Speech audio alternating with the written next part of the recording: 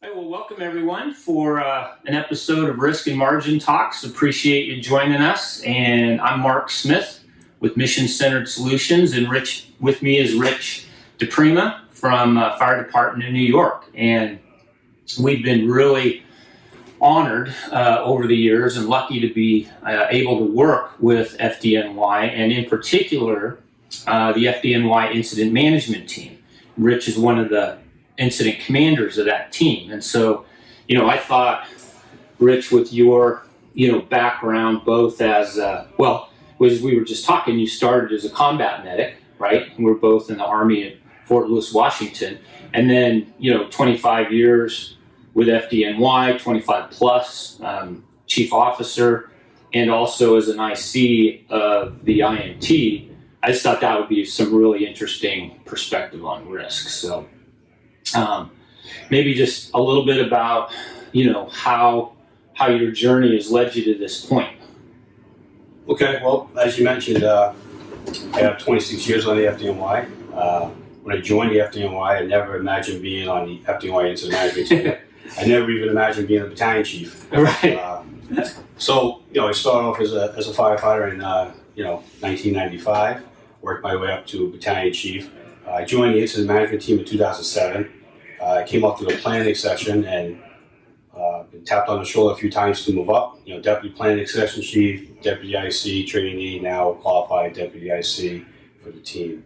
So, my experience has two hats, one as a fire officer and one as the incident commander of the IMT.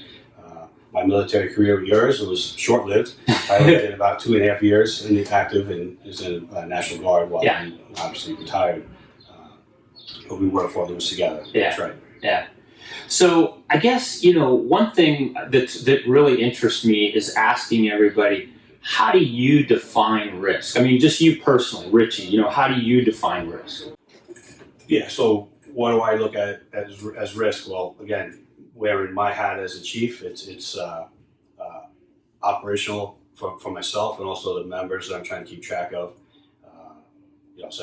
and managerial. So they kind of go hand in hand. My risk at a fire scene might be a little less risky than firefighters inside the building, but there are also risks that we face outside, which are unforeseen risks. And on the flip side, as the managerial risk, which is, I'm accountable for those members inside the building, and risk decisions and their safety tie hand in hand, and it's any good battalion chief, it's on their mind while units are operating inside any fire. They've got that risk analysis that they're going through in their head. Risk with the incident management team, we were talking about that before. Some of our missions are not so risky. Some of them are pretty routine, but there's risk at every scene we go to. Just driving to some of these areas that we work in are dangerous. There's political risk. We're working within New York City. There's a whole lot of different perspectives, right? Yeah, so it's very challenging. As I told you before, I just finished 60 days of the homebound mission. Right. And we were dealing with multi-city agencies. And so just that homebound mission, this is just for people watching. Tell us a little bit about how you went from, supporting COVID and vaccinations and how that now, what is the homebound aspect of that? Okay, well, back in December, we were asked to set up 3 sites for FDNY members. We had 3 sites, one here at Fort Totten, one at our training academy, and one at our headquarters. And we were just doing FDNY members. Then that kind of morphed into, we did such a good job, victims of our success, where we were asked to do 2 city sites. And then with that success, we were asked to do a homebound mission. And that homebound mission was, it was a good mission for the team. We definitely bumped up in complexity. There was a lot of stress and risk involved in that. Again, a political risk of navigating through the multi-agencies trying to set this up. Because you're having to bring not just yourselves, but like nurses and other medical people into people's homes that can't get to a vaccination site. True. These people were homebound. They were identified as homebound. We had a whole process where we would vet to make sure that they were available. And our operations sections got to manage 30 teams of 3 people each. We had a TLC driver, a nurse, and a data entry and we deployed them each and every day. Towards the end, they were doing close to 400 vaccinations a day. Yeah. So each team, TLC is the limousine commission, Yes. and then a nurse, and then one of your. Yeah. Okay. So every little team is this interagency unit. Yeah, and we identified some risk early on in the planning with this. Some were nurses that were never, they're used to working at a fixed site location. Now they're entering apartments, houses in conditions that they've probably never seen before. Right. So for us, we identified that risk and we did the best we could to mitigate it. Yeah. Thankfully, it was a successful mission with no really major hiccups.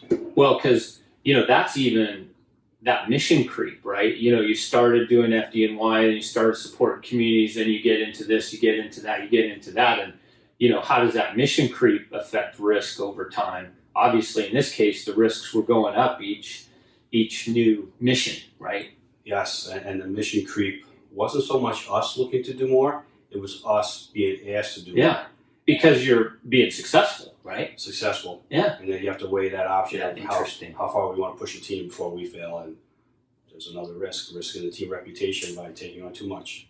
Well, and how far do people go to protect that? Like, how much risk do you take to protect that reputation? Yeah. Because you've never had a failure, and there isn't going to be one on my watch, right? Yeah. If you were on the other side of the phone in this room, you can only imagine the discussions we had. Yeah, exactly.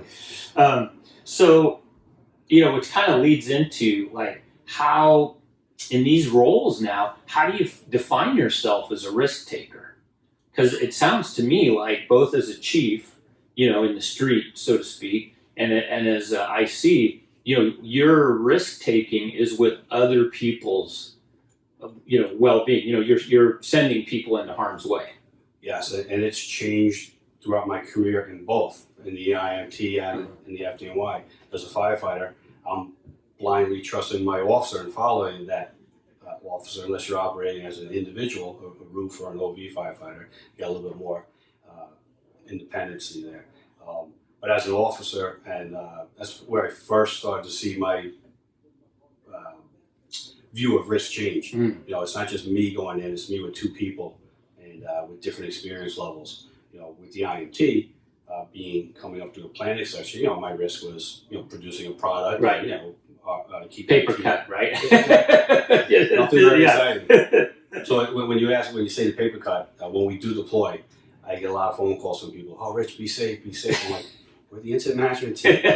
I'm not out there fighting the fire or search and rescue. We manage. So it's more of sleep deprivation risk. Yeah. Or office type injuries. Well, and you don't really realize though, sleep deprivation, that's been studied and studied and studied.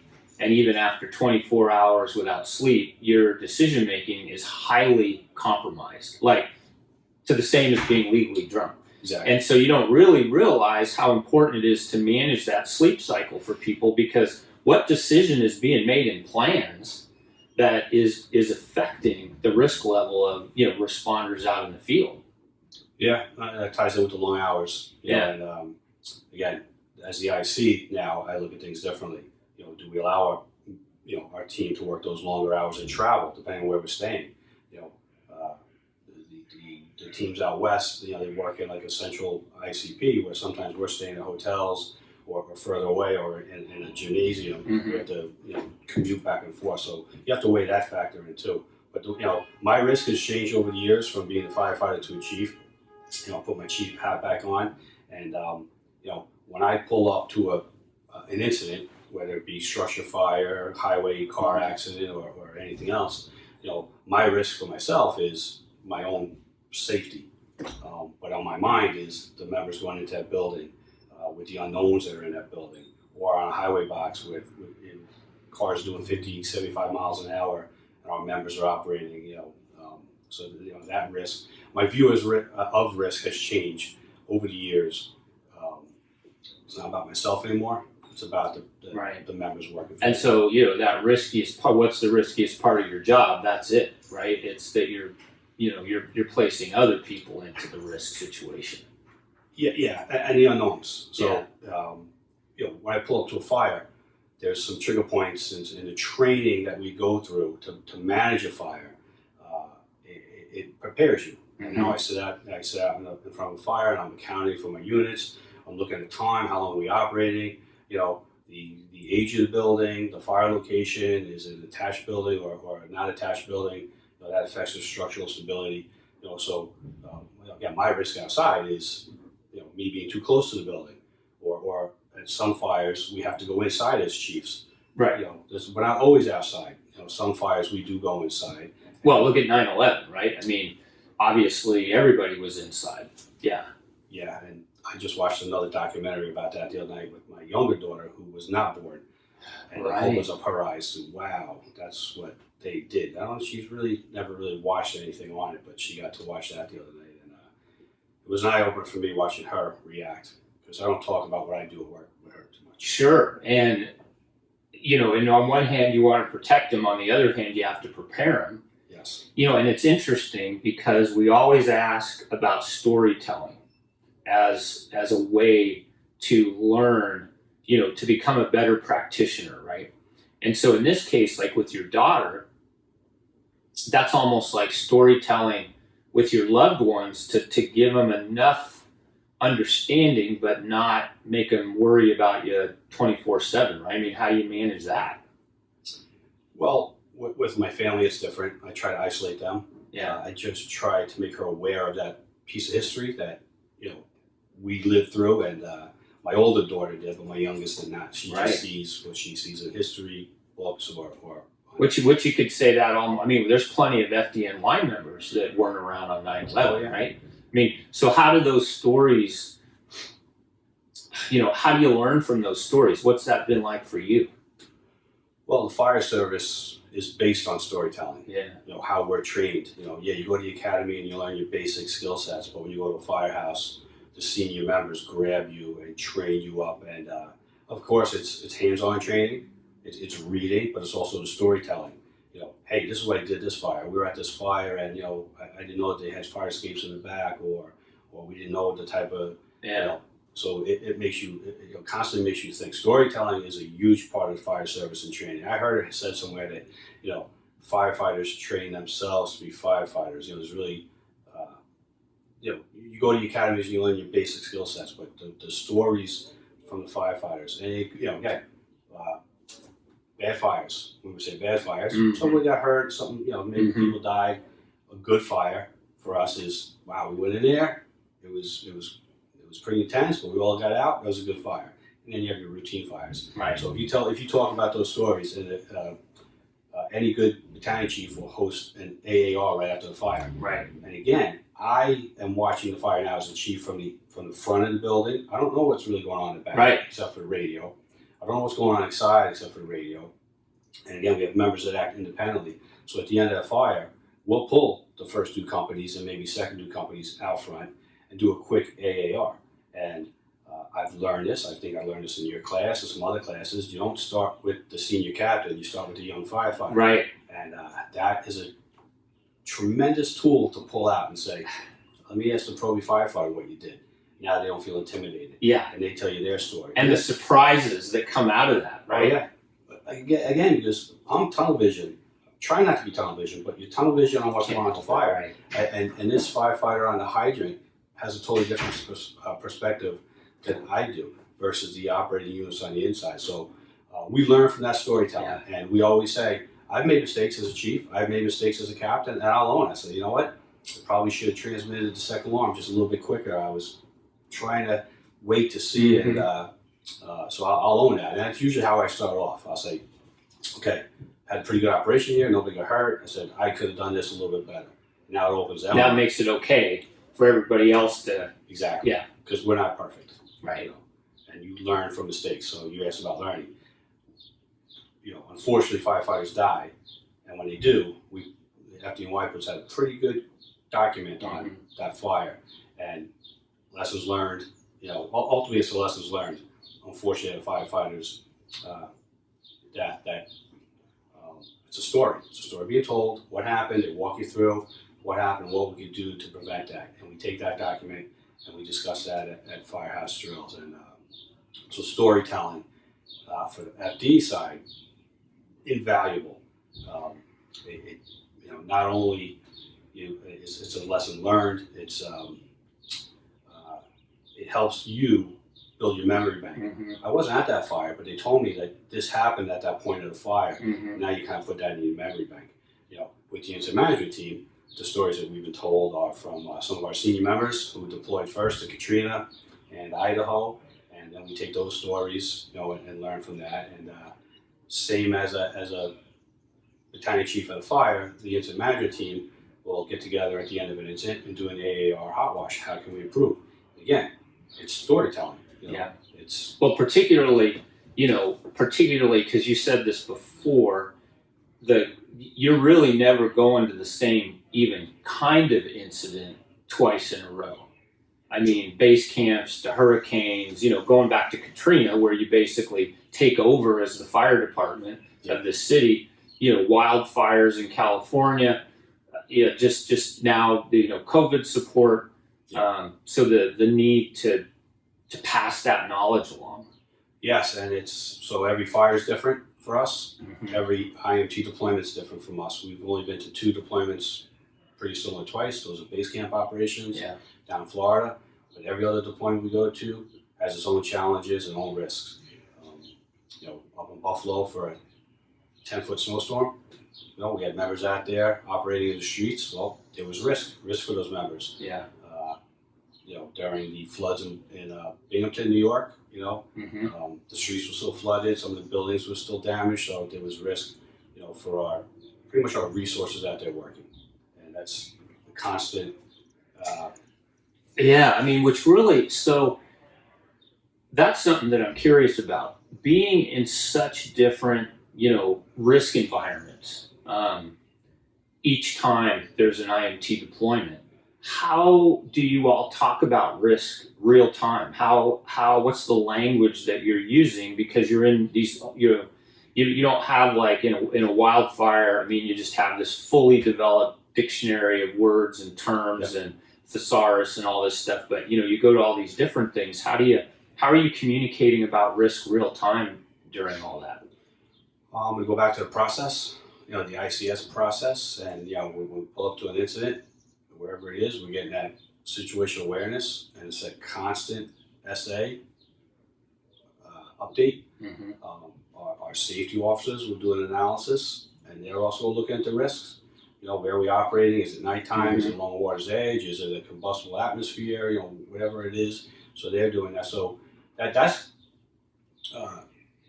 constantly being evaluated, constantly being, we don't just talk about safety once. We talk about safety, obviously, for everybody on the incident management team, at the tactics meeting, at the planning meeting, at the operational period briefing, and then listening to radio traffic or whatever incident we're operating at. So it's constantly being evaluated, and you will get bit if you get complacent. So we try not to be complacent.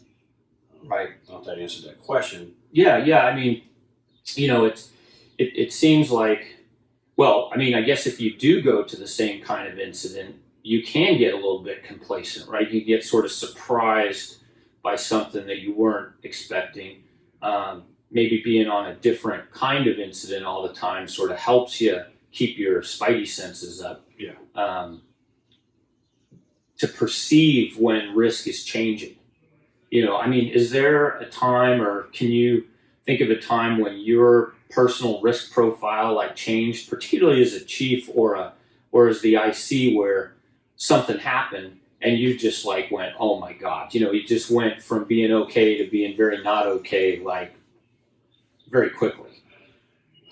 As a chief, so I have a story where I was a lieutenant. Yeah.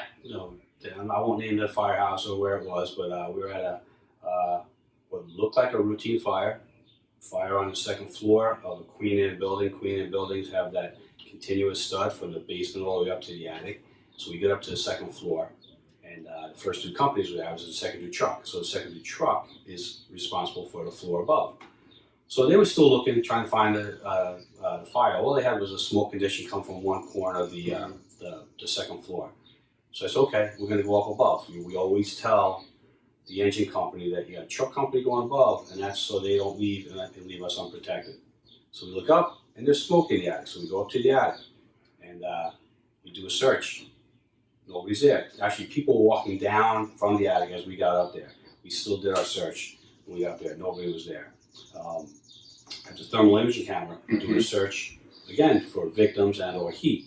Find some heat in the wall. So we didn't have a charged hose line with us yet. So I had the can firefighter take the hook, use the round end of the wooden part of the hook, and poke a small hole. And we had fire come out. So then we asked for a charged hose line to come up. So we were sitting there watching the fire. It was just a small fire coming out of a small hole, no danger. Unbeknownst to us, a firefighter from another company came up behind us, and I looked. I said, "Oh, who is that?" And he went behind me to search the area that we just searched. Then that wall crumbled, and the fire kind of blowtorched at us. At the same time, the hose line never made it up to us, and the chief, from the outside, and his perspective is back out. Everybody back out, back out. So I knew I had a firefighter beyond me. And you didn't know who it was or where they were from. Okay. It wasn't my company. I had my two firefighters with me. So I sent one down. I left one guy to watch that fire that was starting to advance and maybe threaten cutting off that exit. So I told him, "Stay here. I'm going to go find that firefighter." I found him in the back bedroom. He had no second means of egress. I said, "Come on, we have to go." As we got back out where that fire, we kind of had to crawl out of the fire, the roof collapsed. So if I show you my helmet from back then, it's because I still have that helmet. It's got tar all over it. I looked behind me and I said, "Wow, that was close." Got outside, the chief was like, "Yeah, you guys lost that fire." We didn't know that. On the inside, we knew we had some fire. But that's where my essay and my risk analysis changed quickly. Like, wow, I'm on the inside. And I was a young lieutenant. Seemed fine to us. But what I did not see, and what he saw and pulled us out at the right time, and that goes into that when I'm wearing that hat now. Yeah. Okay, how long has the fire been burning? I got people operating. Where are they operating? Do we have water on the fire? Do we have water issues? We all know, right? You put water on the fire, the good things happen. Bad stuff goes away. You don't have water on fire. So in that instance, I would say that's when my risk analysis changed, or I was unaware of the risk I was at. I knew anytime you go into fire, of course you're at risk. Right? Anytime we go off the rig and go into any incident, there's risk involved. Some of the risk you see, some of the risk you don't see. Yeah. Some of the risk can sneak up and bite you. Well, and that sounds like it was one of the first times, being like you said, young lieutenant, where again now you're responsible for other people, and here's this person that isn't even your person, but now you've got to think about them and manage them at the same time you're worried about getting cut. It just changes that dynamic. Oh yeah. It was an eye opener. And then I put my chief hat back on just a couple months ago during the winter. I was working, and routine call, complacent, gas leak. We go on hundreds of those. Not myself, but the city goes on hundreds a day. Right. So it was winter time. The first due engine got in. It happened to be my first due engine I was ever assigned to as a firefighter, as a probationary firefighter. So they get in first due.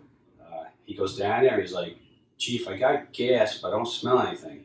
So I said, "Okay, well, what you reading?" So he gave me his reading from his Altair. He was reading about 50% of the LEL, lower explosive limit, which was kind of high for us. So I said, "All right." I walked down there into the basement with him. So I left the front of the building, went down into the basement. No other units were on scene yet. He's like, "I don't smell gas, but I'm getting this reading." Really high reading. It wound up being an acetylene tank that the occupant was using illegally inside a vaulted room. So as he opened up that vaulted room, the LEL shot up to almost 100%. So I said, "Oh, let's get out." That's a risk that I have some hazmat experience. That's an unknown risk. Let's get Things out. that go boom are bad. Exactly. And that we were right at that point, right near 100%. So we backed out. We called in hazmat. They came in, identified what it was. I wasn't really sure. I didn't know it was acetylene at the time because I didn't have that gas yet, so it was an unknown. And so we backed out. They came in, identified it. They mitigated it. Story ended good. But had that lieutenant, or no, he's a captain down there. And then when I walked down there for that minute size up, there was some risk there. Well, and that really ties back. I mean, you talked about the unknowns, right? The unknowns when you're, let's say, at BC and you're sending people in, and it is New York City.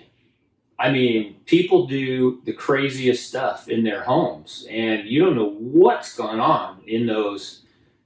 You're on the 30th floor, or you're in the sub basement to a sub basement, and I mean that really is different than I think a lot of places, because you can't possibly inspect all that stuff.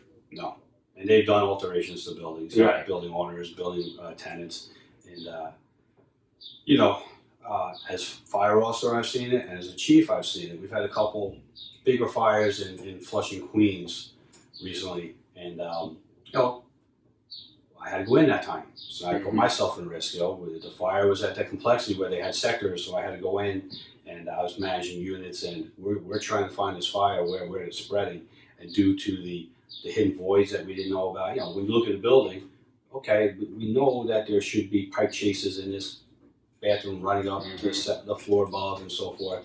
When you go into some of these older buildings that have been chopped up, altered, the voids, and are we operating above the fire? We don't think so, but we don't know for sure because of, this fire spread above us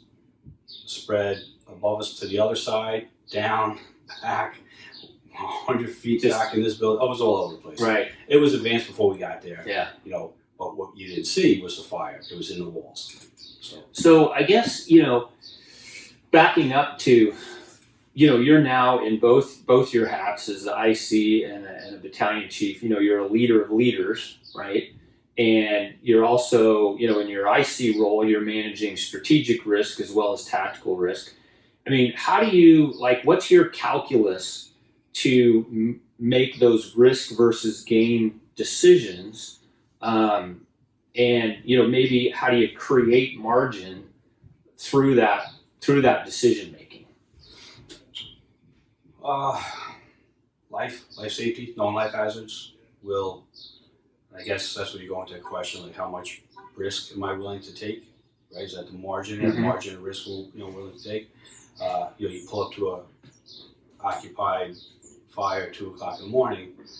Your risk. People are sleeping. Yeah. Right. Yeah. And training. Right. So depending on where you're working in the city, what units you have, I might know you as an officer. I know you've got a lot of time on the job. I might have another officer who just graduated lieutenant school, and you got to weigh that. All right. So I know Mark's going in. Mark's a seasoned, captain. I trust his assessment to do his own risk analysis and say, we're going above or not going above, because you can make that call too, as a lieutenant or captain.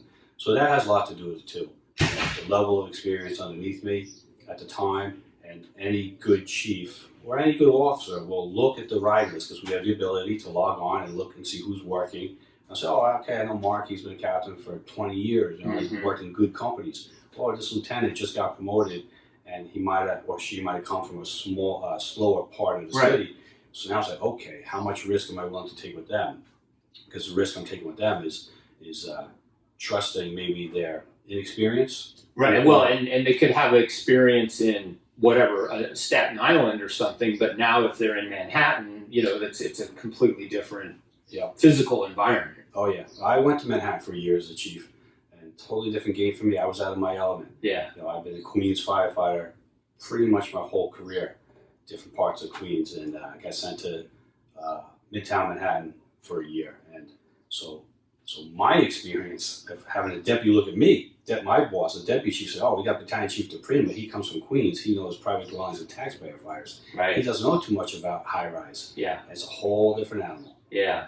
And so how does that play in as an IC? How do you think about that risk versus gain, in your IC role? Okay, so that would have to be along the lines of a trusting operations section within the team. So again, our risk isn't being in the IMT, especially as the Commander General Staff. The risk is minimal. It's that personal risk driving. Right. But to trust operations sections to take my objectives or our objectives that we give them, and put the resources that we have working for us at work and there is some risk to them depending where they're For operating. sure. So I look at that, and I am going to trust an operations section chief on the team who's been on our team for a while. Mm-hmm. I'm going to look at what our safety officer recommends for hazard. They're going to identify those hazards and those risks, and they're going to mitigate them. So going back to our homebound mission, this is our IMT building here. We ran the mission pretty much out of here until we expanded and had the homebound mission. We became too big, so we had we debated whether it was a spy camp or a camp. Yeah, okay. Nobody Right. slept there, but they reported there and got Kind of a forward operating base, so to speak. Exactly. So as the ICs, I only went over there on Mondays and Fridays because we were running this other mission. Mm-hmm. So I said, all right, we're going to split. I'll go there Mondays and Fridays. And the first day I got there, I noticed that our members were out there operating without high visibility vests in a pretty active street.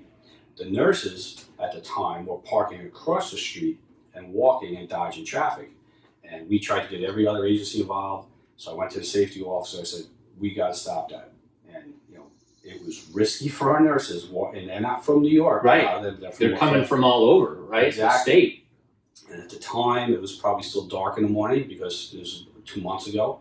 And they were getting there around, our workers were getting there early. The nurses were getting a little bit later. So we identified that risk. And I trusted our safety officer, our logistics section, and operations to come up with a different plan. And they did. So they took that risk away, mitigated it, had the nurses report differently, put our workers out there with vests. Mm-hmm. We put traffic bumps on either end of this long roadway. And we actually had, if you look at the picture up there, Mayor de Blasio came and spoke to us. His personal security officer at the time was parked in the street, opened up the door, and a car clipped that door. And it was, we had done everything we could. So our nurses were now reporting on, let's say, the building side of the street. So they didn't have to cross, but when the mayor shows up, he his entourage, a couple police cars, his car, whatever else he had, this car door opened up and boom, a car clipped it. So nobody complained about wearing safety vests after that. No, They knew. Wow. So, Well, so, because that's interesting, because what you're talking about, that's so random, right? I mean, it can happen anytime, but you can't have like policies around everything because it's such a dynamic environment, right? So in your experience, what's the difference between, working to comply with policy versus sort of working within a set of principles to create margin and manage that risk versus gain appropriately? So I'll put my chief hat on. Yeah. And our policies are a guide. We have numerous books that we have to study for. And you have to know them. All you have to know is, if I told you there are 2 milk crates full of books that you have to study for 100 questions, and it's tactics. I don't want to call them best policies because they're not worded that, but there are books. They're not must do's or must not do's. You're expected to follow them like a playbook. Yes, and if you do vary from that playbook, you better have a good reason. Right. It's there to protect you. It's there to guide you. But if you have a good reason and you can vary from that, first of all, it better not be about a bad outcome, and you better have a good reason why you did it. Mm-hmm. So again, they can't cover every situation. We have books written on private dwelling fires, taxpayer fires, high-rise fires, and they do the best they can to cover everything, but not every situation, not every type of situation that you're going to experience can be captured in a book. So it's a policy written that you kind of have to follow. But with your experience, you can vary from that a little bit. And in the same sense, you have to trust the firefighters that they're competent, Mm-hmm. And experienced to. So if there is risk, that they can maybe vary from that policy a little bit, or use that policy to Situationally. Exactly. Right? It's more adapting it, right? You're not going to do something radically different, but you're expected to adapt the playbook for that situation. Yeah, we've got some hard nevers in our books, Mm-hmm. and some always, and some musts or maybes. Considerations. Time, for example. if you're at a fire and it's been burning for 15 minutes with no advancement, or I'm sorry, get a bad handle on fire, that's going to trigger something in my playbook to say, all right, how long have we been here? Mm-hmm. And I'm going to reevaluate, no one's telling me I have to pull people out at 15 minutes. Again, where's the fire? It was burning up in the attic. Okay, we don't have to pull everybody out, but if it's a basement fire and it's been burning for 15 minutes, well, taxpayer or private dwelling, we have problems. There's structural instability that could be occurring. So, so policy is there. Each officer in chief can take that policy, and if they're competent, they can use that policy to make decisions and guide them other ways. As a guide. And I think that's another thing you said that was interesting is you got these trigger points. I mean, in your experience, 15 minutes is a hard trigger point, but what has to occur at that trigger point could be different depending on the situation that you're in. Sure. Yeah. Are we operating at a fire or a hazmat incident? Yeah. Is air supply becoming an issue, or structural stability starting to be questioned? The unknowns that we face. I know I'm going to a fire. I know it's going to affect that building structurally, but what's inside that building? Yeah. Are there gas cylinders? Is there propane tanks? Active shooter. Right, we've had that happen in New York City recently, twice in the last couple of years. We've had active shooters, and that's an unknown and a risk that you don't really know. It's and so many departments are making that transition where now they're sending firefighter paramedics. They even have red Kevlar vests, right? Yeah. Red body armor to get into at least the warm zone. And you're staged there to help victims, and you're also staged there to help, if there's any law enforcement to get injured or wounded or something. And I mean, everybody's in the middle of some part of that transition. The whole thing's unknown. Sure. I think it was upstate New York that had a active shooter. Fire units pulled up to a house fire. The occupant was still in the house, but he was shooting. He shot a couple of members. We had that happen in Staten Island and up in the Bronx. There was an active shooter incident. So it's not just the active shooter at like a mall. Right. It's the active shooter against us. Right. Pulling up, and that's the unknown hazard. You pull up to a fire, there's hazard. We know. There's the fire is the hazard. But to have somebody in there with a gun shooting at you, that's an unknown hazard that all of a sudden becomes known real quick when things start pinging off the wall. Yeah, and to be quite frank, like our memory banks, those tools that we use, we're just starting to add that now. 26 years ago when I joined, I didn't really think about somebody shooting you at a fire scene. Now you have to get that Fort Lewis slide back from being a combat medic to bring forward now. Yeah, that's dusty. That's quite a few years ago. Yeah. But on the flip side with the IMT,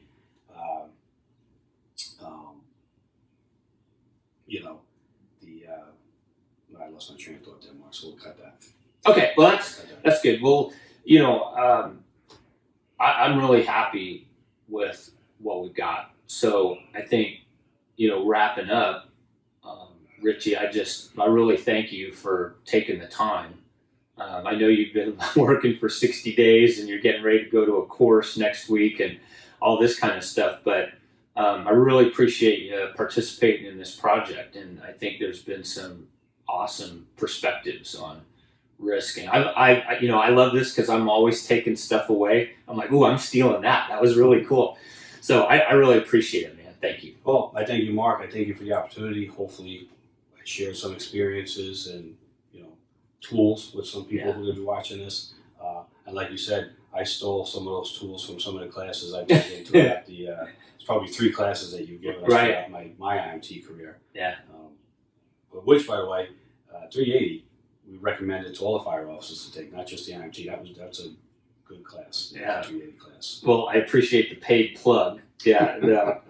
No, thanks, man. I appreciate that. Okay. Yeah, I think we're always looking at how do we make a difference, how do we make an impact, and that's what this project is all about: making an impact for people and giving them those tools. once you got that tool put away, it's going to come back in a situation, you know. As a firefighter, lieutenant, captain, chief, you know, you're continuously learning. If you ever stop learning, you become out of date and you're almost irrelevant. Yeah. So, you know, just because you rise to a rank, you have to continuously learn and stay up to date with fire dynamics has changed over the years. ICS has Right. changed a little bit over the years. Right.